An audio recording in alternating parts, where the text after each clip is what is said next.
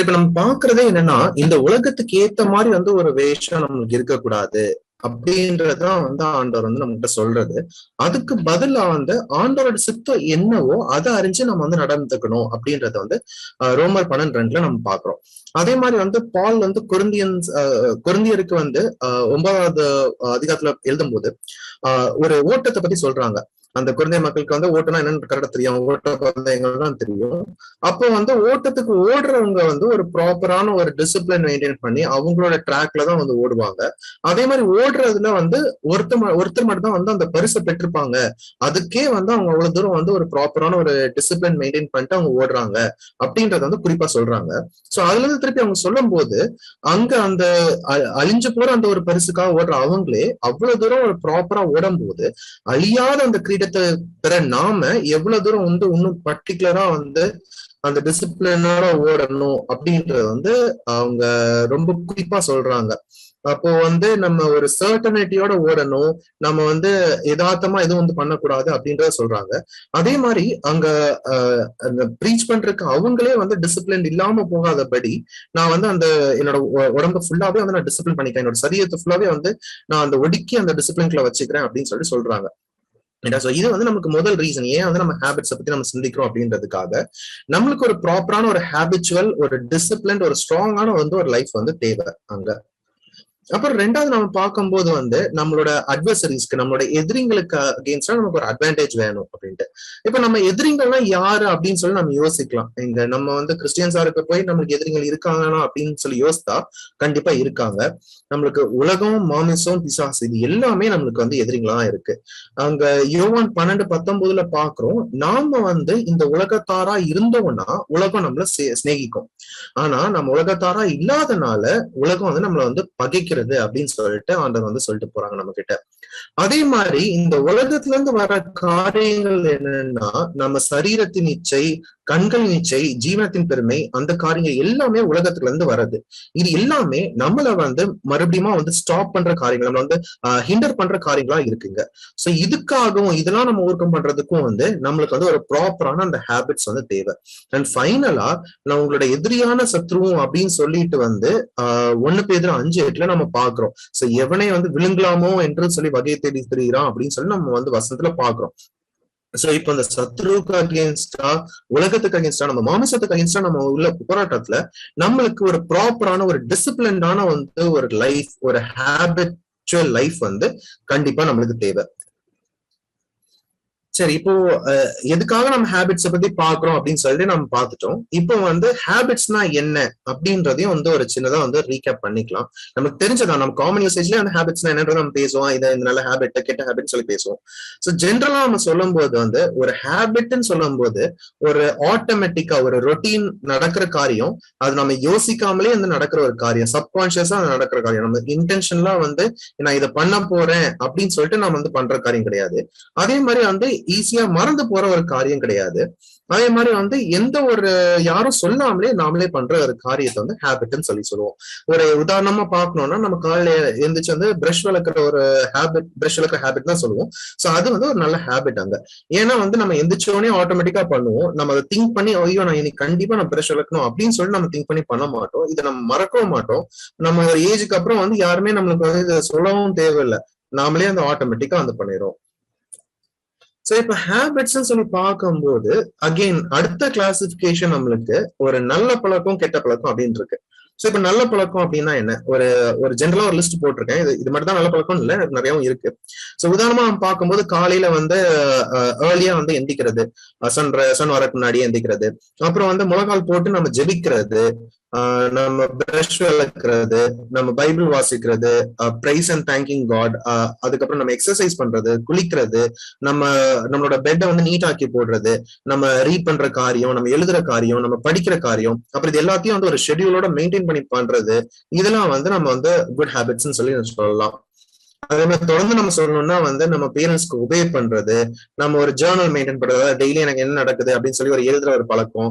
அதுக்கப்புறம் நம்மளோட ஒர்க்கை அந்த டைமுக்கு ஏத்த மாதிரி நம்ம பண்றது, லாஸ்ட் மினிட் வரைக்கும் வச்சுக்காம நம்ம குயிக்கா பண்ணி முடிக்கிறது.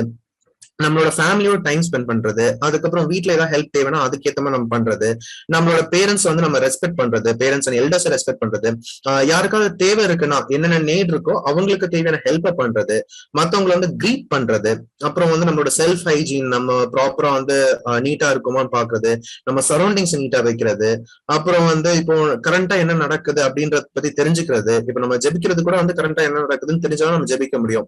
சோ அதுக்கப்புறம் நம்மளோட ப்ராப்பர் டைம்ல நம்ம தூங்குறது, இந்த ஒரு 8 மணி நேரம் கண்டிப்பா எனக்கு ஸ்லீப் தேவை. ஸோ அந்த ஷெட்யூலை மெயின்டைன் பண்றது, ஒரு ப்ராப்பர் ஸ்லீப்பிங் ஹவர்ஸை வந்து மெயின்டைன் பண்றது, இது எல்லாமே வந்து நல்ல பழக்கம் தான். நம்ம உதாரணமா வந்து நம்ம சொல்லலாம்.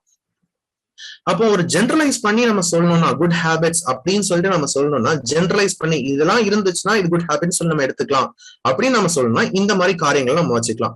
ஸோ ஒரு குட் ஹேபிட் அப்படின்னு சொல்லி எடுத்தா அது நம்மளுக்கு கண்டிப்பா கன்ஸ்ட்ரக்டிவா இருக்கும், நம்மளுக்கு யூஸ்ஃபுல்லா இருக்க ஒரு காரியமா இருக்கும், நம்மளுக்கு ஏதாவது ஒரு நல்ல ஒரு விஷயத்த கொடுக்குற காரியமா இருக்கும், அது ஒரு பாசிட்டிவா இருக்கும். அது நம்மளுக்கு மட்டும் பெனிஃபிட் கிடையாது, நம்மளோட சார்ந்த மத்தவங்களுக்கும் அது பெனிஃபிட் கொடுக்குற ஒரு ஹேபிட்டா இருக்கும். அப்புறம் வந்து ஒரு குட் ஹேபிட்ஸ் இருக்கிறதுனால அது வந்து நம்மளுக்கும் வந்து ஒரு கமெண்டபிளா இருக்கும், அதாவது ஒரு பிரைஸ் வர்த்தியா மத்தவங்க நம்மள வந்து நல்ல ஒரு கிறிஸ்டியன் லிவிங்ல இருக்க ஒரு பர்சன் அப்படின்னு சொல்லி ஐடென்டிஃபை பண்ற மாதிரி இருக்கும். இந்த ஃபார் எக்ஸாம்பிள் சைடுல இருக்க அந்த காமிக்ல பாத்தீங்கன்னா இந்த சின்ன பிள்ளை வந்து சொல்லிட்டு வருது, நான் வந்து ரூமை கிளீன் பண்ணிட்டேன், அது நீங்க சொல்லாமலே நான் பண்ணிட்டேன் அப்படின்னு சொல்லிட்டு அவங்க அம்மா கிட்ட வந்து சொல்றான். அப்ப வந்து அவங்க அம்மாவும் வந்து ரொம்ப நல்லது, ரொம்ப தாட்ஃபுல்லா நீ யோசனையே பண்ணிருக்க, வெரி குட் அப்படின்னு சொல்லி சொல்றாங்க. சோ அந்த மாதிரி இருக்கும்போது அவனும் வந்து திருப்பி சந்தோஷமா வந்து போறான். சோ அது மத்தவங்களுக்கும் ஹெல்ப்ஃபுல்லா இருக்கும், மத்தவங்களுக்கும் சந்தோஷம் கொடுக்குற ஒரு காரியமா இருக்கும். சோ இந்த ஒரு குட் ஹேபிட்ஸ் இருக்கும் போது அந்த ஒரு குட் ஹேபிட்ஸ் இருக்கிற ஒரு பர்சன் வந்து எல்லாருக்குமே வந்து பிடிக்கவும் செய்யும். அதை யாரும் வந்து ஈஸியா ஹேட் பண்றவங்களா இருக்க மாட்டாங்க. நம்ம முன்னாடி சொன்ன உலக மானச பிசாசம் இருக்குன்னு சொன்னேன், ஆனா அது இல்லாம ஜென்ரலா நம்ம பார்க்கும்போது வந்து எல்லாருக்கும் பிடிச்ச ஒரு இதா இருக்கும். அப்புறம் நம்ம குட் ஹேபிட்ஸ் நம்ம பில்ட் பண்ணிட்டு வரனால நம்ம லைஃபே வந்து ஒரு டிசிப்ளின்டா இருக்குங்க. ஒரு மிலிட்ரியில வந்து ஒரு டிசிப்ளின் இருக்கு அப்படின்னு சொல்லி நம்ம பாக்குற மாதிரி நம்மளே நம்மளோட ஹேபிட்ஸ் மூலமா ஒரு ஸ்ட்ரக்சரா ஒரு ப்ராப்பரான ஒரு லைஃப் வந்து வச்சுப்போம் நம்ம அந்த ஜென்ரலா நம்ம பார்க்கும்போது. ஆனா இதுல ஒரே ஒரு பிரச்சனை என்னன்னா, ஒரு குட் ஹேபிட் நம்ம பில்ட் பண்றது வந்து அவ்வளவு ஈஸி கிடையாது. ஈஸியா இருந்தா எல்லாருமே பண்ணிடுவாங்க, ஆனா வந்து ஒரு குட் ஹேபிட்ஸ் பண்றது வந்து கொஞ்சம் வந்து ஒரு கஷ்டமான ஒரு காரியம் தான். ஒருவேளை அந்த ஹேபிட்டை பில்ட் பண்ணிட்டோம்னா அதுக்கப்புறம் அதுல மெயின்டைன் பண்றது வந்து நம்மளுக்கு அது ஈஸியா இருக்கும். சரி, இப்போ அதே மாதிரி நம்ம பேட் ஹேபிட்ஸ்க்கு ஒரு எக்ஸாம்பிள் நம்ம பார்க்கணும்ல. சோ இப்போ ஜென்ரலா பார்த்தோம்னா அந்த குட் லிஸ்ட்ல எல்லாம் இருந்ததோ அதுக்கு ஆப்போசிட்டா நம்ம போட்டோம்னா அது பேட் ஹேபிட்ஸ் ஆயிருவாங்க. சோ நம்ம வந்து ப்ராப்பரா வந்து நம்ம சரௌண்டிங்ஸை மெயின்டைன் பண்ணாம இருக்குது, நம்ம நீட்டா இல்லாம இருக்குது, நம்ம வந்து கீழ் படியாம இருக்குது, தேவையில்லாம அதிகமா செலவு பண்றது, ஜங்க் ஃபுட் அந்த அன்ஹெல்த்தியான ஃபுட்டை சாப்பிடுறது, சாப்பாடை வேஸ்ட் பண்றது, அப்புறம் வந்து இந்த குடிப்பழக்கங்கள், அந்த ட்ரக்ஸ், அந்த மாதிரி திங்ஸ்ல வந்து இன்வால்வ் ஆகுறது, அது எல்லாமே வந்து பேட் ஹேபிட்ஸ் தான். ஒன்னும் திருப்பி ஸ்ட்ரெஸ் பண்ணி சொல்லணும்னா எதுலாம் நமக்கு டைம் வேஸ்ட் ஆகுதோ அதுவுமே நம்மளுக்கு வந்து ஒரு பேட் ஹேபிட் தான்.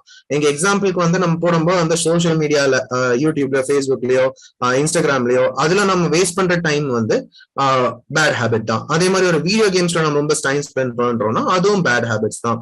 அதே மாதிரி மீடியால மூவிஸ், சீரீஸ், எங்கெங்க திங்ஸ்ல எல்லாம் நம்ம பாக்குறது எல்லாமே நம்மளுக்கு வந்து ஒரு பேட் ஹேபிட் தான். இங்க தொடர்ந்து பார்க்கணும்னா வந்து மத்தவங்களை வந்து நம்ம ஹர்ட் பண்றது, நம்ம வந்து பிசிக்கலாவும் சரி இல்ல வேர்பலாவும் சரி எமோஷனல் லெவல்ல ஹர்ட் பண்றது, இது எல்லாமே ஒரு கெட்ட பழக்கம் தான். ஏன் இது பழக்கம்னு சொல்றோம்னா ஒரு ஸ்டேஜுக்கு அப்புறம் வந்து நம்ம அப்படியே ஆட்டோமேட்டிக்காவே அந்த ஒரு ஹர்ட்ஃபுல்லான வேர்ட்ஸ் வந்துடும், அது காமன் ஃப்ளோலயே வந்துடும். நம்ம சில பேர் பேசும்போது அவங்க பேசுறது அப்படிதான் அப்படின்னு சொல்லி கிளாஸிஃபை பண்ணிப்பாங்க. சோ அந்த மாதிரி இந்த பேட் ஹேபிட்ஸ் வந்து உள்ள ஸ்வீப் ஆகி அவங்களோட ஒரு பர்சனோட கேரக்டர், பர்சனாலிட்டி எல்லாத்தையுமே வந்து ஓவர் டேக் பண்ணிடும்.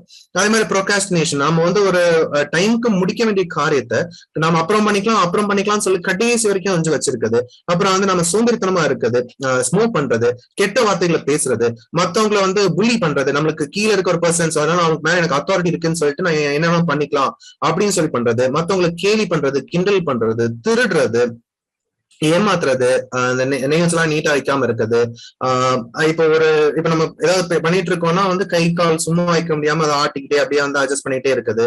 அப்புறம் வந்து மத்தவங்க கிட்ட வந்து ரொம்ப ரூடா இருக்கிறது, ஒரு அது ஸ்லீப்பிங் ஷெட்யூல்ல மெயின்டைன் பண்ணாம இருக்குது, எந்த ஒரு காரணமுமே இல்லாம வந்து மொபைல் வச்சுட்டு ஃபுல்லா அப்படியே நோண்டிக்கிட்டே இருக்குது, போனை வந்து சாப்பிடும் போதே உட்காந்து யூஸ் பண்ணிட்டு இருக்குது, படுத்துட்டு வந்து யூஸ் பண்ணிட்டு இருக்குது, இது எல்லாமே வந்து பேட் ஹேபிட்ஸோட ஒரு சில எக்ஸாம்பிள். ஸோ அகைன் நம்ம குட் ஹேபிட்ஸ் பண்ண மாதிரி அது கிளாஸிஃபை பண்ணணும்னா அது வந்து நம்மளுக்கு டிஸ்ட்ரக்டிவா இருக்கும். எந்த விதத்துலயும் அது யூஸ்ஃபுல்லா இருக்காது நம்மளுக்கு. ஆனா நம்மள வந்து கொஞ்சம் கொஞ்சமா அதை அழிக்கிற காரியமா இருக்கும் இந்த பேட் ஹேபிட்ஸ். அதே மாதிரி இது நெகட்டிவா இருக்கும், கம்ப்ளீட்டா நம்மளுக்கு டைம் வேஸ்ட் பண்ற ஒரு காரியமா இருக்கும். ஆனா இது ஏன் நிறைய பேருக்கு ஈர்ப்பா இருக்குன்னா, அது வந்து அவ்வளவு தூரம் அட்ராக்டிவா இருக்கு, அழகா இருக்கு, இல்ல ஈஸியா இருக்கு, நல்லா இருக்கிற மாதிரி தோணுது, ஒரு தோற்றம் கொடுக்குது. ஆனா இது வந்து ஆக்சுவலா இருக்கிறதுல கம்ப்ளீட்டா அது யூஸ்லெஸ், நம்மளுக்கு ஒரு டிஸ்ட்ராக்ஷனை கொடுக்கறதா, அது ஆண்டவரோட வார்த்தையில இருந்து இல்ல நம்ம பெட்டரா இருக்க ஒரு லைஃப்ல இருந்து நம்ம டிஸ்ட்ராக்ட் பண்ற காரியமா இருக்கு. அதே மாதிரி வந்து பேட் ஹேபிட்ஸ் வந்து நம்மளையும் வந்து ஹர்ட் பண்ணும், ஹார்ம் பண்ணும், நான் மத்தவங்களையும் ஹார்ம் பண்ணும். அது இப்போ உதாரணமா வந்து யாராவது வந்து குடிச்சிட்டு வந்து வண்டி ஓட்டுனாங்கன்னா அவங்களுக்கும் அது டேஞ்சர் தான், ரோட்ல வர மத்தவங்களுக்கும் அது டேஞ்சர் தான். அதே மாதிரி ஒவ்வொரு பர்சனுக்கும் ஆண்டவர் வந்து ஒரு பிளான் வச்சு ஒரு பர்பஸ் வச்சிருப்பாங்க, இந்த இடத்துல அவங்க போகணும் அப்படின்னு சொல்லி வச்சிருப்பாங்க. ஆனா இந்த மாதிரி நம்ம காரியங்களை இன்வால்வ் இருக்கிறதுனால அந்த ஒரு பொட்டன்ஷியலும் எங்க கொண்டு போய் ஆண்டவர் வைக்கணும்னு நினைச்சிருக்காங்களோ அந்த இடத்துக்கு போக முடியாமலும் அது தடுத்துருது. சோ எல்லா விதமான இந்த கெட்ட பழக்கங்களுக்கும் நம்மளுக்கு வந்து நீண்ட ஒரு கான்சிக்வன்சஸ், ஒரு பிரச்சனை இல்ல ஒரு சைடு எஃபெக்ட்ஸ் காரியங்கள் வந்து இருக்கு. அதே மாதிரி இந்த ஒரு பேட் ஹேபிட் உள்ள ஒரு பர்சன் அப்படின்னு சொல்லி நம்ம பார்த்தோம்னா அவங்க வந்து ரொம்ப மூர்க்கமா இருப்பாங்க. அவங்க யாரையும் வந்து ஈஸியா வந்து கிட்ட விட மாட்டாங்க, எல்லாரையும் வந்து பிடிக்காது அப்படின்னு சொல்லி சொல்லுவாங்க. அவங்களுக்கே அவங்க பிடிக்காத மாதிரி இருக்கும். இவென்ச்சுவலா பார்த்தோம்னா வந்து அவங்க தனிமைப்படுத்தப்பட்டுருவாங்க. இது எல்லாமே வந்து ரீசன் வந்து என்னன்னா அந்த ஒரு பேட் ஹேபிட்ல ஸ்டார்ட் ஆகுறதுதான்.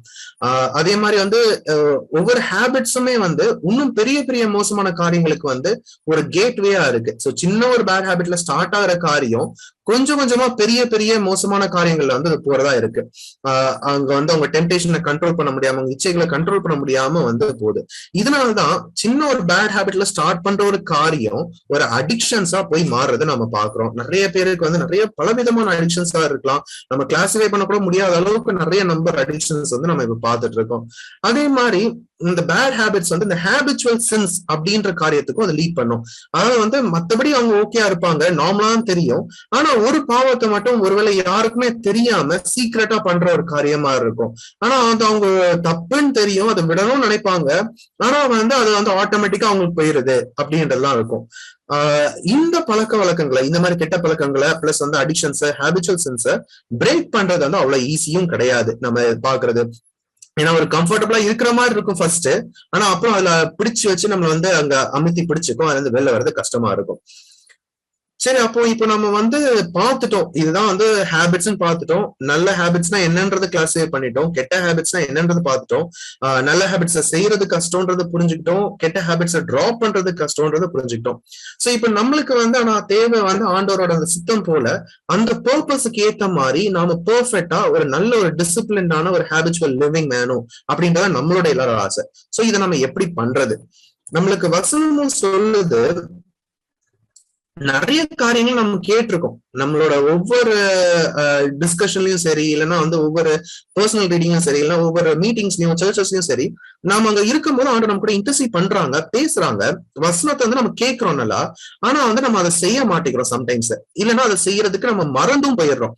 இங்க யாக்கோபு 1:23 நம்ம பார்க்கும்போது அந்த மாதிரி ஒரு வசனத்தை கேட்டுட்டு அதுபடி செய்யாத ஒரு மனுஷன் எப்படி இருக்காங்க அப்படின்னு சொல்லிட்டு அவங்க டிஸ்கிரைப் பண்றாங்கன்னா, கண்ணாடியில தன்னோட முகத்தை பார்த்துட்டு உடனே தள்ளி போயிட்டு அவன் எப்படி இருந்தான்றத மறந்த மாதிரி அப்படி வந்து ஒரு ஒப்பிட்டு சொல்றாங்க. அந்த வசனம் நம்மளை ரிஃப்ளெக்ட் பண்ணிட்டு நாம எப்படி இருக்கோம், எப்படி இருக்கணும் அப்படின்னு சொல்லி காட்டுது. ஆனா அது நம்ம செய்யாதனால நம்ம வந்து மறந்துடுறோம், நம்ம என்ன ஸ்டாண்டர்ட்ல ஆண்டு நம்மள வச்சிருக்காங்க, என்ன குளோரியில கொண்டு போறாங்கன்றத வந்து நம்ம மறந்துடும். இன்னொரு சைட்ல நம்ம யோசிச்சு பார்த்தோம்னா, சாத்தானுக்கு ஒரு பிடிச்சமான ஒரு காரியம் வந்து நம்மள மறக்க வைக்கிறது தான், அவனோட பெஸ்ட் வெப்பன் கூட இதை சொல்லலாம். நம்ம இதெல்லாம் ஞாபகம் வச்சுட்டு இருந்தோம்னா நம்ம கண்டிப்பா வந்து ஃபோர்ஸ்ஃபுல்லா பண்ணிடுவோம். ஐயோ அந்த வசனம் எப்படி சொல்லுது, திருப்பி திருப்பி ஞாபகப்படுத்துறாங்க, நம்ம பண்ணணும் அப்படின்னு சொல்லிடுவோம். ஆனா சாத்தான் வந்து என்ன பண்ணுவான், இது நம்ம எடுத்து போடுற மாதிரி அந்த வசனத்தை எடுத்து போடுறதுக்கு வந்து அவன் வந்து வந்துருவான். சோ இப்ப நம்ம இதுக்கு என்ன பண்ணலாம்? எங்க ஒருவேளை வந்து நம்ம சொல்லலாம், அந்த நல்ல பழக்கம் வந்து பண்றது வந்து கஷ்டமா இருக்கே, கடினமான ஒரு காரியம் தானே அப்படின்னு சொல்லி நம்ம யோசிக்கலாம். ஒருவேளை காமன் பீப்புளுக்கு இது கஷ்டமா இருந்தாலும் நம்மளுக்கு வந்து இது வந்து ரிலேட்டிவா ஈஸி. ஒரு ஒரு கிரேட்டான எக்ஸ்டென்ட்டுக்கு வந்து நமக்கு அது ஈஸி. ஏன்னா நம்ம இதை தனியா பண்ண போறது இல்லை. நம்மளுக்கு பிலிப்பியர் 4:13 சொல்ற மாதிரி என்னை பலப்படுத்துற கிறிஸ்துனால எல்லாத்தையும் செய்ய எனக்கு பலன் உண்டு. நம்மள அவங்க பண்றதுக்கு நம்ம ஒரு காரியம் பண்ணணும்னு சொல்லிட்டு நம்ம ஸ்டெப் எடுத்தோம்னா ஆண்டவர் ஹெல்ப் பண்றதுக்கு ரெடியா இருக்காங்க அங்கே. அதே மாதிரி யோவான் 14:26 சொல்றாங்க, ஒரு நம்மளுக்கு ஹெல்ப் பண்றதுக்கு ஒரு தேற்றவாளன் கொடுத்துட்டு போயிருக்காங்க, பரிசுத்த ஆவியாகிய தேற்றவாளன் கொடுத்துட்டு போயிருக்காங்க. சாத்தான் நம்ம மறக்க வச்சா பரிசுத்த ஆவியானவர் என்ன பண்றாங்க, நம்மளுக்கு எல்லாத்தையும் நினைவூட்டுறாங்க அங்க திருப்பி. அதே மாதிரி போதித்தும் நம்ம நடத்துறாங்க, நம்மளுக்கு என்னெல்லாம் தேவைன்ற டீச்சிங் கொடுக்குறாங்க, அதை ரிமைண்டும் நம்மளுக்கு பண்றாங்க. ஓகே, சோ நம்ம இது தனியா நம்ம இதை டீல் பண்ண தேவையில்ல. நம்மளுக்கு கிரைஸ்டும் இருக்காங்க, ஹோலி ஸ்பிரிட் இருக்காங்க, நம்ம லீட் பண்றதுக்கு அதிகமா நம்மளுக்கு நடத்தவும் செய்யறாங்க. ஆனா நம்மளுக்கு இப்போ கொஞ்சம் பிராக்டிக்கலான அப்ரோச்சஸும் தேவை தானே. நம்மளுக்கு வசனம் எப்படி சொல்லுதுன்னு தெரியும், அதை நான் எப்படி செயல்படுத்துறது அப்படின்னு சொல்லி நம்ம யோசித்தோம்னா கொஞ்சம் ஒரு பிராக்டிக்கல் அப்ரோச்சஸ்ல நம்ம சிந்திச்சு பார்க்கலாம். இதை அகைன் பைபிள் பேஸ்டாவே நம்ம இதை பார்க்கலாம். சோ ஒரு 7 காரியங்களை நம்ம அதை பார்க்கலாம் இந்த கொஞ்சம் ஒரு ஃபியூ மினிட்ஸ்ல. அது மூலமா ஒருவேளை நம்மளுக்கு என்னென்ன ஹேபிட்ஸ் எல்லாம் ஆண்டவர் உங்ககிட்ட ஸ்ட்ரெஸ் பண்றாங்க, இந்த ஹேபிட்டை நீ ஃபார்ம் பண்ணணும், இல்லைன்னா இந்த ஹேபிட்டை நீங்க பிரேக் பண்ணணும், விடணும், செயல்படுத்தணும் அப்படின்னு சொல்றாங்களோ அதை நீங்க மைண்ட்ல வச்சுக்கோங்க. அதுபடி இந்த இதுல உங்களுக்கு எது ஆப்டா இருக்கோ அதை ஃபாலோ பண்றதுக்கு வசதியா இருக்கும். சோ 0th ஸ்டெப் அப்படின்னு சொல்லிட்டு எல்லாத்தையும் ஆரம்பிக்கிறதுக்கு முன்னாடியே நமக்கு பண்ண வேண்டிய ஒரு காரியம் என்னன்னா, என்ன ஹேபிட் நம்மளுக்கு வேணும், அதை நம்ம பண்ண போறோம் இல்லைன்னா விட போறோம் அப்படின்றத நம்ம ஐடென்டிஃபை பண்ணி அதை அக்னாலேஜ் பண்றது அவசியம். ஏன் இது முக்கியம்னா, நம்ம என்ன பண்ண போறோம் தெரிஞ்சாதான் அதுக்கு ஏத்த மாதிரி நம்ம ஒர்க் பண்ணுவோம். அதே மாதிரி அதை நம்ம அக்னாலேஜ் பண்ணாதான் இதுல எனக்கு ஹெல்ப் வேணும், இல்லைன்னா இதை எனக்கு பண்றதுக்கு ஒரு சப்போர்ட் வேணும் அப்படின்றதும் நம்ம அனலைஸ் பண்ணுவோம். சோ இந்த ஒரு காரியத்தை நம்மளுக்கு மைண்ட்ல வச்சுக்கலாம். இதுக்கு சிம்பிளான ஒரு விஷயம் என்னன்னா, அதை நம்ம எழுதி வைக்கிறது. இப்போ எனக்கு இந்த ஒரு ஹேபிட் வேணும். ஃபார் எக்ஸாம்பிள் நான் ஆண்டவரோட நிறைய டைம் ஸ்பெண்ட் பண்ணணும் நான் விரும்புறேன் அப்படின்னா அது எழுதி வச்சுக்கோங்க. அதே மாதிரி எனக்கு கிட்டார் ப்ளே பண்ணணும், நான் ஒரு பர்டிகுலர் டைம்ல கிட்டார் கத்துக்கணும்னா அதை எனக்கு எழுதி வச்சுக்கோங்க. அதே மாதிரி எனக்கு மொபைல் நான் யூஸ் பண்ணக்கூடாது, ஸோ அதை ட்ராப் பண்ணும் அப்படின்னா அதையும் நீங்க நோட் பண்ணி வச்சுக்கோங்க. உங்களுக்கு அதே மாதிரி ஒரு ஜென்ரலா ஒரு ஷெட்யூல் இருக்குன்னா அதையுமே நீங்க நோட் பண்ணி வச்சுட்டு, இந்த பழக்கம் எனக்கு தேவையில்லாத காரியம், அதனால அதை நான் ரிமூவ் பண்ண போறேன்னு சொல்லிட்டு ஒரு மைனஸ் போட்டு வச்சுக்கோங்க. அதே மாதிரி இந்த நல்ல பழக்கமா இருக்கு, பிரஷ் பண்றது நல்ல பழக்கம், இருக்கட்டும், ஸோ பிளஸ் போட்டுக்கோங்க. ரைட்டா? சோ ஐடென்டிஃபை பண்றதுதான் அந்த மெயினான முதல் ஸ்டெப், இந்த 0th ஸ்டெப். சோ அடுத்து என்னன்னா நம்ம உடனே இப்போ எழுதி வச்ச உடனே அடுத்த நாளே இதை நம்ம பண்ணணும் அப்படின்னு நினைச்சா நம்ம ரொம்ப அதிகமா யோசிக்கிற ஒரு காரியமா இருக்கும். ஆனா அப்படி உடனே நம்மளுக்கு கிடைச்சாலும் நம்ம சம்டைம்ஸ் ப்ராப்பரான ஒரு இன்க்ரிமெண்ட்ல படிச்சு போனா நல்லா இருக்கும். நம்ம எப்படி ஸ்கூல் லெவல்ல லோவர் கிளாஸஸ் ஸ்டார்ட் பண்ணி நம்ம காலேஜ் எஜுகேஷன்ல ஒரு ஹையர் லெவல்ல நம்ம படிக்கிறோமோ, அந்த மாதிரி சின்ன சின்ன இன்க்ரிமெண்ட்ஸ்ல சின்ன சின்ன ஸ்டெப்ஸ் தான் நம்ம இந்த சேஞ்சஸ் பண்ணா அது நம்மளுக்கு ஈஸியா ஒரு ஹேபிட் ஃபார்ம் பண்றதுக்கு ஒரு பேஸா இருக்கும். அந்த குட் ஹேபிட்ஸ் பிரேக் பண்றதுக்கும் அவ்வளவு ஈஸியா இருக்காது, நல்லபடியா ஸ்ட்ராங்கா ரூட்டடா இருக்கும் இங்க. சோ இதுதான் ஃபர்ஸ்ட் ஸ்டெப். ஒரு மீனிங்ஃபுல் இன்க்ரிமெண்ட்ஸ்ல பண்றதுக்கு அதை ரெடி பண்ணிக்கோங்க. சோ ஃபார் எக்ஸாம்பிள் அகைன் ஆண்டரோட டைம் ஸ்பெண்ட் பண்ணணும் நம்ம டிசைட் பண்ணிட்டோம். சோ டெய்லியும் ஒரு 10 நிமிஷம் தவறாம நான் பைபிள் வாசிப்பேன், 10 நிமிஷம் தவறாம நான் ப்ரே பண்ணுவேன், 10 நிமிஷம் தவறாம பிரைஸ் பண்ணி தேங்க் பண்ணுவேன் அப்படின்றத நோட் பண்ணி வச்சுட்டு அதுல ஃபுல் டெடிகேஷனோட இருந்துக்கோங்க. வேற ஒரு எக்ஸாம்பிள் சொல்லணும்னா, இப்போ நான் கிட்டார் வாசிக்கிறதுல ஒரு 10 நிமிஷம் நான் பிராக்டிஸ் பண்ணுவேன் அப்படின்ற ஒரு டெசிஷன் எடுத்துக்கோங்க. அதே நேரத்துல இப்போ போன் 10 நிமிஷம் யூஸ் பண்ணா அந்த ஒரு வருஷத்துல முடியும் போது அந்த 10 வருஷத்துக்கு எதுவுமே எனக்கு பெனிஃபிட் கிடையாது. ஒருவேளை நான் ரிலாக்ஸேஷன் சொல்லி அப்படின்னு நான் நினைச்சிருந்தா கூட அது டைம் வேஸ்ட் தான் ஆயிருக்கும், எந்த இதுவும் எனக்கு ப்ரொடக்டிவா இருந்திருக்காது. சோ அந்த இதை நான் ஸ்டாப் பண்ணுவேன் அப்படின்றதையும் நீங்க நோட் பண்ணிக்கோங்க. அடுத்ததா பாக்குறது என்னன்னா, இதை நம்ம எப்படி ரீச் பண்ணணும் அப்படின்றதுக்கு. சோ கோல்ஸ் டிஃபைன் பண்ணியாச்சு, ஏன்னா இவென்ச்சுவலா இந்தந்த காரியங்களை பண்ணணும்னு சொல்லி நான் டிசைட் பண்ணியாச்சு. ஆனா நம்மளோட போக்கஸ் அதுல இருக்க வேண்டாம். நம்ம அல்டிமேட்டா அதுல ரீச் பண்ண போறோம். ஆனா நம்ம இப்போ கான்சன்ட்ரேட் பண்றது, அந்த குட் ஹேபிட்ஸை ஃபார்ம் பண்றதுக்கு நம்ம கான்சன்ட்ரேட் பண்ணது எப்படி நான் அதை பண்ண போறேன் அப்படின்றத நம்ம ஃபோக்கஸ் பண்ணலாம். சோ கோல்ஸ் தான் நம்ம எதை அச்சீவ் பண்ண போறோம் எண்ட்ல அப்படின்றது நம்மளுடைய அல்டிமேட் எண்ட். ஆனா அதை நான் எப்படி, how I am going to do it, how I am going to achieve it அப்படின்றத என்னோட சிஸ்டம் அங்க. சோ இப்போ உதாரணமா நம்மளோட கோல் ஆண்டோட அந்த ஒரு அன்பவுண்டட் லவ் நான் எக்ஸ்பீரியன்ஸ் பண்ணணும், ஆண்டோட அந்த அவ்வளவு தூரம் எப்படி இருக்கு, நேசம் இருக்கு அப்படின்னு நான் புரிஞ்சுக்கணும் அப்படின்னு சொல்லி நான் நினைச்சேன்னா என்னோட சிஸ்டம் என்னவா இருக்கணும்னா, ஆண்டவர்கிட்ட கொஞ்சம் நேரம் நான் டெய்லியும் ஸ்பெண்ட் பண்ணி அதை நான் தெரிஞ்சுக்கணும் அப்படின்றது இருக்கணும். கிட்டாரோட எக்ஸாம்பிள் எடுத்துக்கணும்னா, என்னோட கோல் கிட்டார் பிளே பண்ணணும், என்னோட சிஸ்டம் நான் அதுல ஸ்கேல்ஸை பிராக்டிஸ் பண்ணணும் அப்படின்றதா இருக்கணும் அங்க. ரெண்டாவது, நம்ம வந்து நம்மளோட ஐடென்டிட்டி மேல போக்கஸ் பண்ணணும், கோல்ஸ் மேல போக்கஸ் பண்ண வேண்டாம். சோ வந்து என்னவா நம்ம ஆக போறோம் அப்படின்றதுல நம்ம போக்கஸ் பண்ணிக்கலாம். என்னது நம்மளுக்கு கிடைக்க போகுது இதுல நம்ம போக்கஸ் பண்ண வேண்டாம். சோ இதுல இருந்து நான் என்ன மீன் பண்றேன், ஐடென்டிட்டினா என்னது, நம்ம ஐடென்டிட்டில இருந்து ஆரம்பிச்சு ப்ராசஸ் போயிட்டு கோல்ஸ் வந்து ரீச் பண்ண போறோம். சோ இதுல வந்து ஐடென்டிட்டினா என்ன அப்படின்றத வந்து நம்ம வந்து ஃபர்ஸ்ட் பார்க்கலாம் இங்க. சோ நமக்கு பைபிள் சொல்லுது இங்க, நாம வந்து பழைய எல்லாம் வந்து அழிஞ்சு போயின, எல்லாம் புதிதாயின அப்படின்னு சொல்லி சொல்லுது. அதே மாதிரி ஒரு கிறிஸ்துக்குள்ள இருந்தால் அவன் வந்து புதிய சிருஷ்டி ஆகிறான் அப்படின்னு சொல்லிட்டு 2 கொரிந்தியர் 5:17 வந்து போட்டிருக்கு. சோ நம்மளோட அந்த ஒரு நியூனஸ் ஆண்டவர் வந்து நம்மள புதுசா கொடுத்திருக்காங்க. அந்த புதுசா கொடுத்ததுதான் நம்மளோட ஐடென்டிட்டி. சோ எல்லாமே நம்ம பழைய காரியங்கள், ஒருவேளை வந்து பழைய பாவங்கள் இருந்துச்சுன்னா அதுக்கு மேல வந்து நம்மளுக்கு இப்போ வந்து அதுக்கு நம்ம மேல ஒரு ஆளுக கிடையாது. ஏன்னா ஆண்டவர் வந்து எல்லாத்தையும் வந்து சிலுவையில வந்து முடிச்சுட்டாங்க நம்மளுக்காக. நம்மளுக்கு புதுசா கொடுத்தது ஆண்டவரோட அந்த ஒரு லைக்னஸ கொடுத்திருக்காங்க, நம்மள ஒரு புது சிருஷ்டியா மாத்திருக்காங்க. சோ நம்மளோட போக்கஸ் வந்து அந்த புதுசுல மேலதான் இருக்கணும். சோ இப்போ வந்து நான் வந்து ஆண்டவருக்குள்ள வந்த ஒரு பிள்ளை. சோ வந்து என்னோட காரியம் எல்லாமே வந்து புதுசா இருக்கு.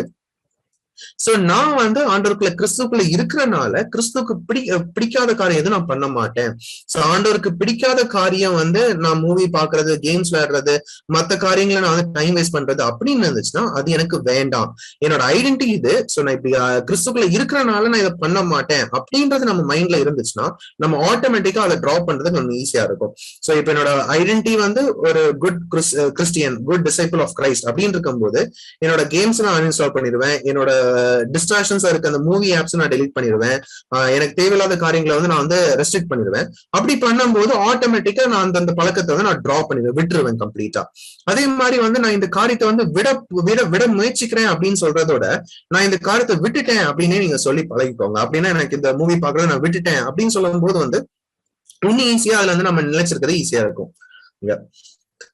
சோ இப்போ என்னெல்லாம் பண்றோம்ன்றது நம்ம வந்து ஒரு ஐடியா இருக்கு நம்மளுக்கு. ஆனா இந்த ஹேபிட்டோட ஃபார்மேஷன் எப்படி இருக்கு, அதோட ஐடியா என்ன, ஒரு ஸ்ட்ரக்சர் என்ன அப்படின்றதையும் நம்ம வந்து லைட்டா டிஸ்கஸ் பண்ணலாம். ஏன்னா இதையும் வச்சுட்டு நம்ம ஹேபிட்ஸ் பிரேக் பண்றதுக்கும் மேக் பண்றதுக்கும் ஈஸியா இருக்கும். சோ ஜென்ரலாவே எந்த காரியம் இருந்தாலும், எந்த ஹேபிட்டா இருந்தாலும், எந்த பிஹேவியரா இருந்தாலும் இந்த ஒரு 4 ஸ்டெப் ப்ராசஸ்ல தான் நடக்கும் இங்க. சோ நான் இங்க எழுதியிருக்கேன் cue, craving, response and reward அப்படின்ட்டு. அதாவது வந்து ஒரு தூண்டுதல் இருக்கும், அதுக்கப்புறம் அந்த தூண்டுதல் மேல ஒரு ஆசை, ஆர்வம் இருக்கும், அதுக்கப்புறம் அதுக்கு நம்ம செயல்படுறது இருக்கும், அதுக்கப்புறம் ஃபைனலா நம்ம ரிவார்டுன்னு நினைக்கிற காரியம் இருக்கும். சோ எதெல்லாம் நம்மள வந்து ஒரு இது செய்யறதுக்கு தூண்டுதோ, ஒரு மேபி உங்க மைண்ட்ல நினைச்சுக்கலாம், ஒரு பழக்கத்தை நினைச்சுக்கோங்க, அந்த தூண்டுறதுக்கு செயல்படுறதா நம்ம கியூன்னு சொல்லுவோம். அது எக்ஸ்டர்னலா வெளியில இருந்து நம்மளுக்கு வந்த ஒரு ட்ரிகரா இருக்கும். அடுத்தது நம்மளுக்கு வந்து ஒரு ஆர்வத்தை கொடுக்கறது, நம்ம உள்ள இருந்தே வந்து ஒரு வாஞ்சை, ஆசை, ஆர்வம் வரும், அதுதான் நம்மளோட கிரேவிங். அதுதான் நம்மளோட மோட்டிவேஷன் ஃபோர்ஸா இருக்கும், நம்மள தூண்டி விடுறதுக்கு. சரி அது பார்த்துல அதை பண்ணப்போ அப்படின்னு சொல்லி நம்ம தூண்டி விடுறதா இருக்கும். அடுத்து நம்மளோட ரெஸ்பான்ஸ், நம்ம என்ன பண்ண போறோம், தூண்டியாச்சு, இப்ப நம்ம பண்ண போறோமா இல்லையா அப்படின்றது. சோ இதுவுமே வந்து நம்ம வந்து ஹேபிட் ஃபார்ம் பண்றது இருக்கும். ஒருவேளை அது ஈஸியான காரியம், குயிக்கா அட்டைன் பண்ற மாதிரி இருந்துச்சுன்னா நம்ம வந்து உடனே போய் பண்ணிடுவோம். மற்றபடி அது ஏதாவது பண்றதுக்கு தடை இருந்துச்சுன்னா நம்ம ஈஸியா பண்ண மாட்டோம். அண்ட் ஃபைனலா இது எல்லாத்தையும் சேர்ந்து வர்றதுதான் வந்து நம்ம ரிவார்ட் அப்படின்னு சொல்லி நம்ம பாக்குறது. சோ வந்து நம்ம அந்த கியூன்றது, அந்த தூண்டுதல் வந்து நம்ம நோட்டீஸ் பண்றது, ஒரு காரியத்தை நோட்டீஸ் பண்றது, அந்த ஆசை, ஆர்வம், வாஞ்ச, கிரேவிங் சொல்றது எனக்கு வேணும் அப்படின்னு சொல்லி நம்ம நினைக்கிறது. அப்புறம் அந்த ரெஸ்பான்ஸ், நம்ம வந்து என்ன பண்றோம், அதுக்கு அது நம்ம பிடிச்சு எடுக்கிறதுக்கு நம்ம என்ன பண்றோம் அப்படின்றதுதான் வந்து அந்த ரிவார்டு. இந்த ரிவார்டுன்றது சைக்காலஜிக்கலா பார்த்தா 2 ரீசனுக்காக அந்த ரிவார்டு நம்ம பண்ணுவோம். ஒன்னு வந்து நம்மள வந்து அது வந்து சாட்டிஸ்ஃபை பண்ணணும், நம்மள வந்து இது எனக்கு நல்லது அப்படின்னு சொல்லி நம்மள வந்து பெஞ்ச் பண்ணணும். அப்படி இல்லைன்னா நமக்கு ஏதாவது டீச் பண்ணணும். அது இந்த ரீசனுக்காக நம்ம வந்து சீக் பண்ணுவோம். அது வந்து இந்த 3 ஸ்டெப்ஸ் நான் சொன்னேன், அந்த கியூ, கிரேவிங், ரெஸ்பான்ஸ், அந்த ஆர்டர் இல்லைன்னா அந்த பிஹேவியர் வந்து நடக்காது. அது 4மே இருந்தாதான் அந்த பிஹேவியர் வந்து ரிப்பீட் ஆகும். அதாவது வந்து இந்த ப்ராசஸ் வந்து கன்னியூ ஆகும் ஒரு ஹேபிட்டா. சோ இதுக்கு ஒரு சில எக்ஸாம்பிள் நம்ம பார்க்கலாம். சோ உதாரணமா நம்ம சாப்பிடுறது தானே, எனக்கு வந்து பசிக்குதுன்னு தெரிஞ்ச உடனே எனக்கு அந்த ட்ரிகர் ஆயிடுச்சு, தூண்டுதல் வருது, சாப்பிடணும் அப்படின்னு தோணுது.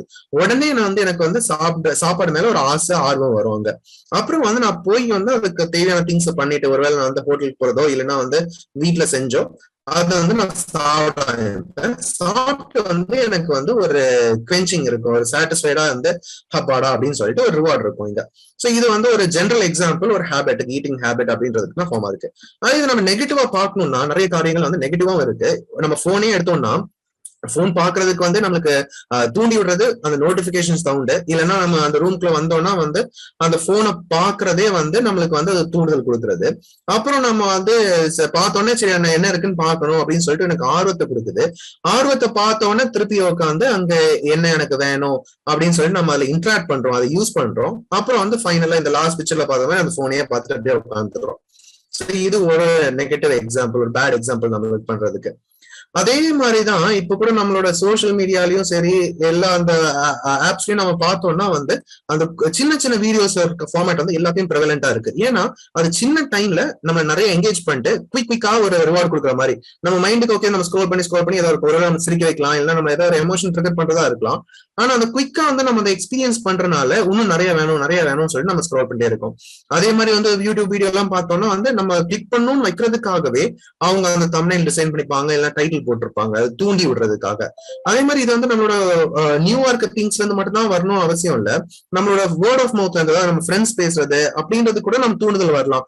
இது வந்து அவங்க வந்து இந்த மூவி பத்தி சொன்னோம்னா அதை பார்க்கணும் ஆசை இருக்கும், அதை நம்ம திருப்பி போய் பண்றதும். இதுவும் அகைன் ஒரு நெகட்டிவான ஒரு இதுக்கு இருக்குது.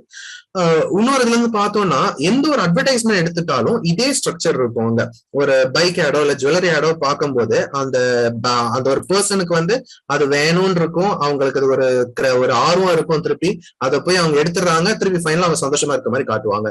அதே மாதிரி நம்மளோட கேம்ஸ் எல்லாம் பார்த்தோம்னா வந்து டெய்லியும் வந்து லாகின் பண்றதுக்கு ஏதாவது சின்ன சின்ன ரிவார்டு கொடுத்ததா போட்டிருப்பாங்க. அதே மாதிரி கண்டினியூஸா இத்தனை நாள் லாகின் பண்ணா 7 நாளோ 8 நாளோ இல்ல 30 நாளோ லாகின் பண்ணா அதுக்கு ஒரு பெரிய ரிவார்டு கொடுப்போம்னு சொல்லி போட்டிருப்பாங்க. இந்த மாதிரி அதை நம்ம வந்து பிடிச்சு வைக்கிற காரியமா இருக்கு. இது எல்லா இடத்துலயும் நம்ம பாக்குறோம். அதே மாதிரி ரொம்ப முக்கியமா இந்த பேட் ஹேபிட்ஸ் இதே சைக்கிள் வந்து நம்ம அடிக்ஷன்ஸ்லயும் ஹேபிச்சுவல்ஸ்லயும் வந்து பார்ப்போம். இதே இதை வந்து நம்ம வசனமும் சொல்லுது. யாக்கோபு 1:14-15 இருந்து பார்க்கும்போது நம்ம பாவமானது வந்து கற்பம் தெரிச்சு திருப்பி வந்து அந்த மரணத்தை வந்து கொடுக்கும் அப்படின்னு சொல்லி போட்டிருக்காங்க. இதே இது நம்ம ரிலேட் பண்ணி பார்த்தோம்னா வந்து நம்மளோட அந்த தூண்டுதல், அந்த டெம்டேஷன்ஸ், நம்மளுக்கு அந்த இச்சை வர்றது நம்ம உலகத்துல இருந்து வரும், பீப்புள்கிட்ட இருந்து வரும், இல்ல நம்ம சென்சஸ்ல இருந்து வரும்.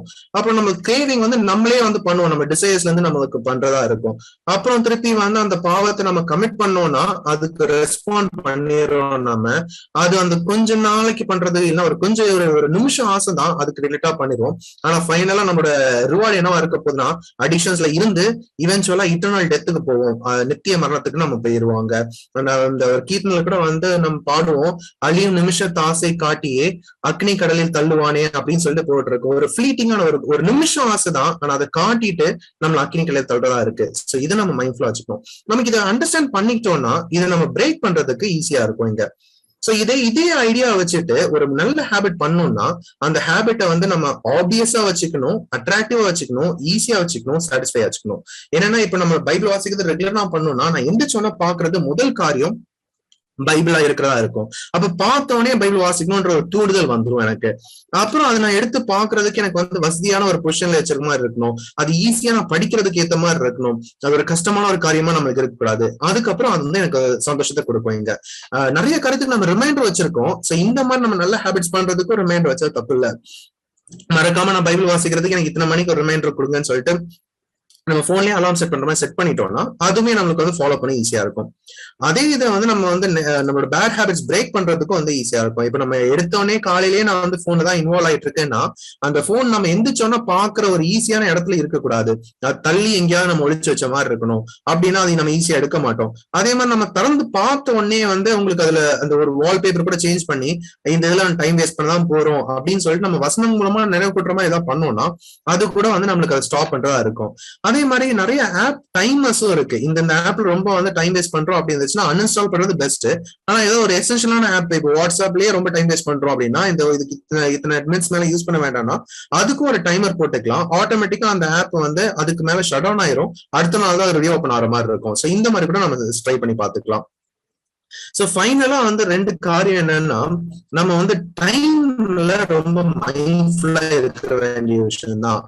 நம்ம வசனமும் சொல்றது சங்கீதம் 90 நம்ம பாக்குறோம், பலத்தின் மிகுதியில 80 வருஷம். சோ வந்து நம்மளோட லைஃப் எக்ஸ்பெக்டன்சி பைபிள் பேஸ்ல பார்த்தா 80 இயர்ஸ் தான். சோ ஆனா 80 இயர்ஸ் வந்து நமக்கு குயிக்கா வந்து பறந்து போயிருது. சோ இந்த பறந்து போற அந்த டைம் திருப்பி நம்ம கிடைக்காத டைம் நம்ம எப்படி பயன்படுத்துறோம்? உலகத்துல வந்து ஏதாவது ஒரு ஸ்கில் வந்து நம்ம எடுக்கணும், ஒரு இதுல வந்து நம்ம ரொம்ப கிரேட்டா மாஸ்டரி பண்ணணும் அப்படின்னா ஒரு 10,000 மணி நேரம் அதை வந்து ஸ்பெண்ட் பண்ணணும் அப்படின்னு சொல்லிட்டு சொல்லுவாங்க. அதுல இந்த 10,000 அவர்ஸ் வந்து நம்ம வந்து அப்படியே கன்யூஸா வந்து வச்சு பார்த்தோம்னா இயர்ஸ் கன்வெர்ட் பண்ணனா 1.15 இயர்ஸா மாறுவாங்க. அப்போ 1 மணி நேரம் டெய்லி நான் வந்து ஸ்பெண்ட் பண்ணிட்டு 10,000 டேஸ் நான் வைக்கிறேன் அப்படின்னு சொன்னா 27 வருஷம் ஆகுதுங்க. சோ ஏதாவது ஒரு ஸ்கில்ல நம்ம வந்து கிட்டாரே எடுத்துக்கோமே, கிட்டார் நான் டெய்லி 1 மணி நேரம் ப்ராக்டிஸ் பண்றேன், ப்ராப்பரா அதை வந்து எல்லா இதையும் வச்சு நான் ப்ராக்டிஸ் பண்றேன் அப்படின்னா 27 வருஷம் கழிச்சு அந்த கிட்டாரோட ஸ்கில் வந்து நான் மாஸ்டர் பண்ணிட்டேங்க. ஆனா அதே இது வந்து ஏதாவது ஒரு நெகட்டிவான இதை யோசிச்சு பாருங்களேன். டெய்லியும் 1 மணி நேரத்துக்கு நான் கேம்ஸ் விளையாடுறேன், அப்படி இல்லைன்னா டெய்லி 1 மணி நேரத்துக்கு நான் வந்து ஒரு மூவிஸோ சீரீஸோ நான் பாக்குறேன், இல்ல வேற ஏதாவது ஒரு பழக்கத்துல வந்து நான் வந்து இருக்கேன் அப்படின்னா நம்ம எசென்ஷியலா 27 வருஷத்தை வந்து நம்ம வேஸ்ட் பண்ற மாதிரி அது இருக்கு. சோ இதை நம்ம பண்றதுக்கு வந்து ஒரு ப்ராப்பரான ஒரு ஸ்ட்ரிக்டான ஒரு ஷெட்யூல் இருக்கு நம்மளுக்கு, ஒரு பழக்கத்தை இருக்கு. ஆனா இந்த ஷெட்யூல வந்து ஆண்டோர மையமா வச்சுட்டு அதுக்கப்புறம் ஃபார்ம் பண்ணுங்க. நம்மளோட மத்த ப்ரையாரிட்டி எல்லாம் வச்சுட்டு அதுக்கப்புறம் ஆண்டவர் எங்க திணிக்கணும்னு பார்க்காதபடி ஆண்டவருக்கு டைம் ஸ்பெண்ட் பண்றத மெயினா வச்சுட்டு அதை ஃபில் பண்ணிட்டு அதுக்கப்புறம் மற்றதை வந்து நம்ம பார்க்கலாம் அப்படின்றத மைண்ட்ல வச்சுக்கோங்க. அண்ட் ஃபைனலா வந்து நம்ம பைபிளும் சொல்ற காரியம் தான், முடிவு பிறந்தும் நிலைச்சிருக்கவனே வந்து ரசிக்கப்படுவான் அப்படின்னு சொல்லிட்டு அது சொல்லுது. நம்ம ஒருவேளை வந்து இமீடியட்டா நம்ம இதை வந்து பார்க்கல, ஸ்ட்ரக்சர் வந்து நம்ம ஃபுல்ஃபில் பண்ணல அப்படின்னாலும் நம்ம வந்து அதுல வந்து உடனே கலக்கடைஞ்சிட்டு ஐயோ நம்மளால முடியாது அப்படின்றத நினைக்க வேண்டாம். நம்ம வந்து அதுல பொறுமையா இருந்துட்டு அதுல வந்து திருப்பி அதுல நிதானமா செய்யறவங்களா நம்ம இருக்கிறது பெட்டர் தான். ஒரு ஜென்ரலா வந்து சொல்றது என்னன்னா 21 நாள் வந்து நம்மளுக்கு தேவை ஒரு ஹேபிட் வந்து மேக் பண்றதுக்கு. அதே நேரத்துல வந்து 66 நாள் தேவைப்படுது ஒரு ஹேபிட்டை பிரேக் பண்றதுக்கு. இதுவும் வந்து ஒரு அடிக்ஷனா இருந்துச்சு இல்ல ஹேபிச்சுவல்ஸ்னா இருந்துச்சுன்னா இன்னும் அதிக நாளா இருக்கும். ஆனா நம்ம வந்து கவலைப்பட தேவையில்லை, ஏன்னா ஆண்டவர் நமக்கு ஹெல்ப் பண்ணுவாங்க. நம்ம பண்ண வேண்டியது எல்லாம்னா முழுமையா அதுக்கு ஒப்பு கொடுத்து ஆண்டவரே நீங்க ஹெல்ப் பண்ணுங்க, பண்றதுக்கு எனக்கு வந்து வசதியா இருக்கட்டு அப்படின்னு சொல்லிட்டு நான் பண்றது முக்கியம். அதே மாதிரி இதுல பிராக்டிஸ் பண்றது முக்கியம். இதுல வந்து ஸ்ட்ரெஸ் பண்ணி இதே நான் மெயின்டைன் பண்ண போறேன் அப்படின்றதுக்கு வந்து முக்கியங்க. அதுல வந்து இதுல காம்ப்ரமைஸ் பண்ண வேண்டாங்க. இதை வந்து நான் வந்து இதோட நிறுத்திக்க போறேன், இது எனக்கு வந்து அவ்வளவு இதா இல்ல, நான் வந்து அட்ஜஸ்ட் பண்ணிக்கிறேன் அப்படின்னு சொல்றது அவசியம் இல்லைங்க. அதே மாதிரி வந்து சீட் டேஸ்னா என்னன்னா, இப்போ யாராவது டயட்ல இருக்காங்கன்னா ஒரு ஸ்ட்ரிக்டான டயட்ல மெயின்டைன் பண்ணுவாங்க. ஆனா ஒரு நாள் மட்டும் வந்து நார்மல் திங்ஸ் சாப்பிடலாம் அப்படின்னு சொல்லி பார்த்துப்பாங்க. ஃபார் எக்ஸாம்பிள் வந்து நான் வந்து எந்த ஒரு கார்ப்ஸுமே எடுக்க மாட்டேன் அப்படின்னு சொல்லிட்டு ஆனா ஒரு நாள் மட்டும் வந்து நான் ஐஸ்கிரீமா சாப்பிடுவேன் அப்படின்னு சொல்லி வச்சிருப்பாங்க. சோ இந்த மாதிரி நம்மளோட ஹேபிட்ஸ் பில்ட் பண்றதுல நம்ம வைக்க கூடாது. ஏன்னா அதை நம்ம அலோவ் பண்றோம், அதுக்கு இல்ல இது கொஞ்சம் வந்து ஓரத்துல இருக்கட்டு அப்படின்ற மாதிரி அலோவ் பண்றோம். இது வந்து நம்மளுக்கு வந்து ஏற்படையா இருக்காது. இதுல மைண்ட் ஒரு சின்ன ரீகேப் இருக்கு. சோ நம்மளோட குட் ஹேபிட்ஸும் ஒரு டிசிப்ளின் லைஃபும் இருந்துச்சுன்னா அது நம்மளுக்கு வந்து பரலோக ராஜ்யத்தை அடையிறதுக்கு ரொம்ப ஈஸியா இருக்கும். பிளஸ் வந்து ஆண்டவருக்கோட வில்ல பண்றதுக்கும் நம்மளுக்கு வந்து ரொம்ப சுலபமா இருக்கும். இங்க இது நம்ம தனியா பண்ண தேவையே இல்லை, ஏன்னா நம்மளுக்கு ஸ்ட்ரென்தன் பண்றதுக்கு கிறிஸ்து இருக்காங்க. அதே மாதிரி நம்ம ஹெல்ப் பண்றதுக்கும் ஹோலி ஸ்பிரிட் வந்து நம்மளுக்கு கொடுத்துட்டு போயிருக்காங்க. நம்ம ஜென்ரலான வந்து ப்ராக்டிகல் பாயிண்ட்ஸ் பார்க்கணும்னா அது ஒரு குட் ஹேபிட்டை பில்ட் பண்றதுக்கு நம்ம முதல்ல அதை ஐடென்டிஃபை பண்ணணும், என்ன நான் பில்ட் பண்ண போறேன்னு சொல்லி ஐடென்டிஃபை பண்ணோம். அப்புறம் இது சின்ன ஒரு விஷயமா இருந்தாலும் சரி அதை நான் பில்ட் பண்ணி பெருசாயிரும் அப்படின்றத நம்ம மைண்ட்ல வச்சுக்கணும். நம்ம சிஸ்டம்ஸையும் ஐடென்டிட்டியும் வந்து ஃபோக்கஸ் பண்ணிட்டு கோல்ஸ் மேல நம்ம டைரக்டா ஃபோக்கஸ் பண்ண தேவையில்லை. இந்த கியூ கிரேவிங் ரெஸ்பான்ஸ் ரிவார்ட் அதை பத்தி நிறைய டிஸ்கஸ் பண்ணோம். அது நம்ம மைண்ட்ல வச்சுக்கலாம்.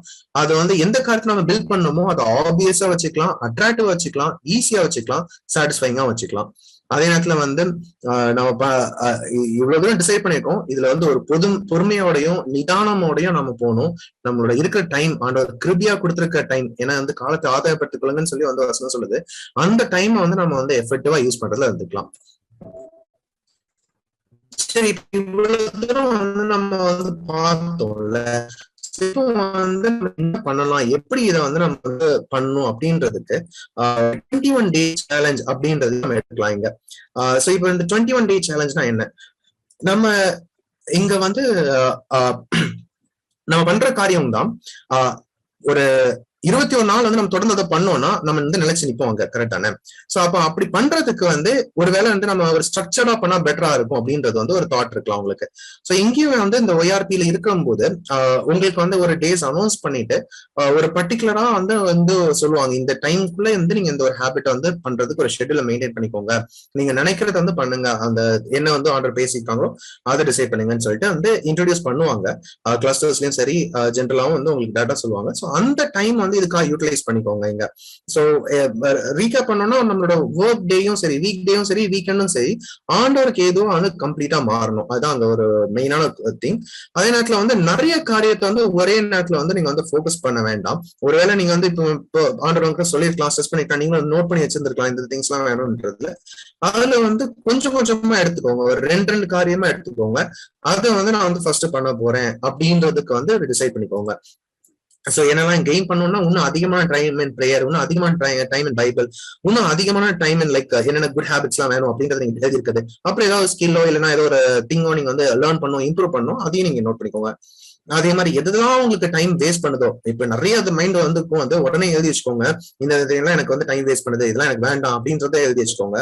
அதே மாதிரி கெட்ட பழக்கங்கள் இருந்துச்சுன்னா, இல்ல அடிஷன்ஸ் இருந்துச்சுன்னா, ஹேபிச்சுவல்ஸ் இருந்துச்சுன்னா உங்களுக்கு தெரியுற மாதிரி நீங்க எழுதி வச்சுக்கோங்க அங்க.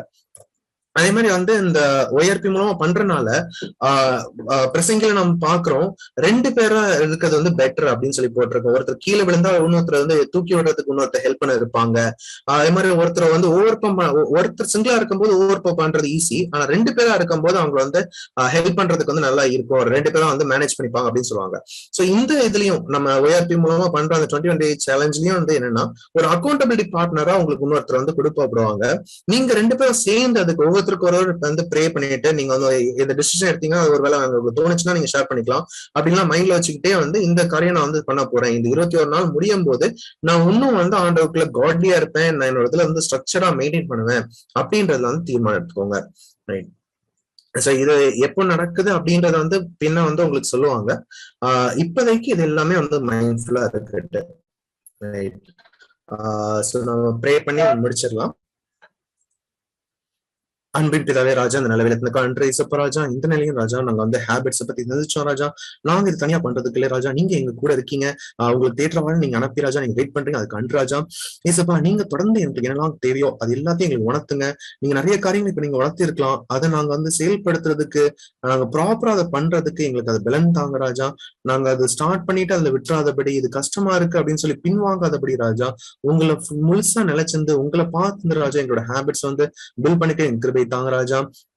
ஒருவேளை வந்து மத்தபடி இருக்கிற காரியங்கள் வந்து எங்களுக்கு ஈஸியா இருக்க மாதிரி தெரியலாம், எங்களுக்கு நிறைய வந்து ஒரு ஹாப்பினஸ் சாக்ரிஃபைஸ் பண்ற மாதிரி இருக்கலாம் ஏசப்பா ராஜா.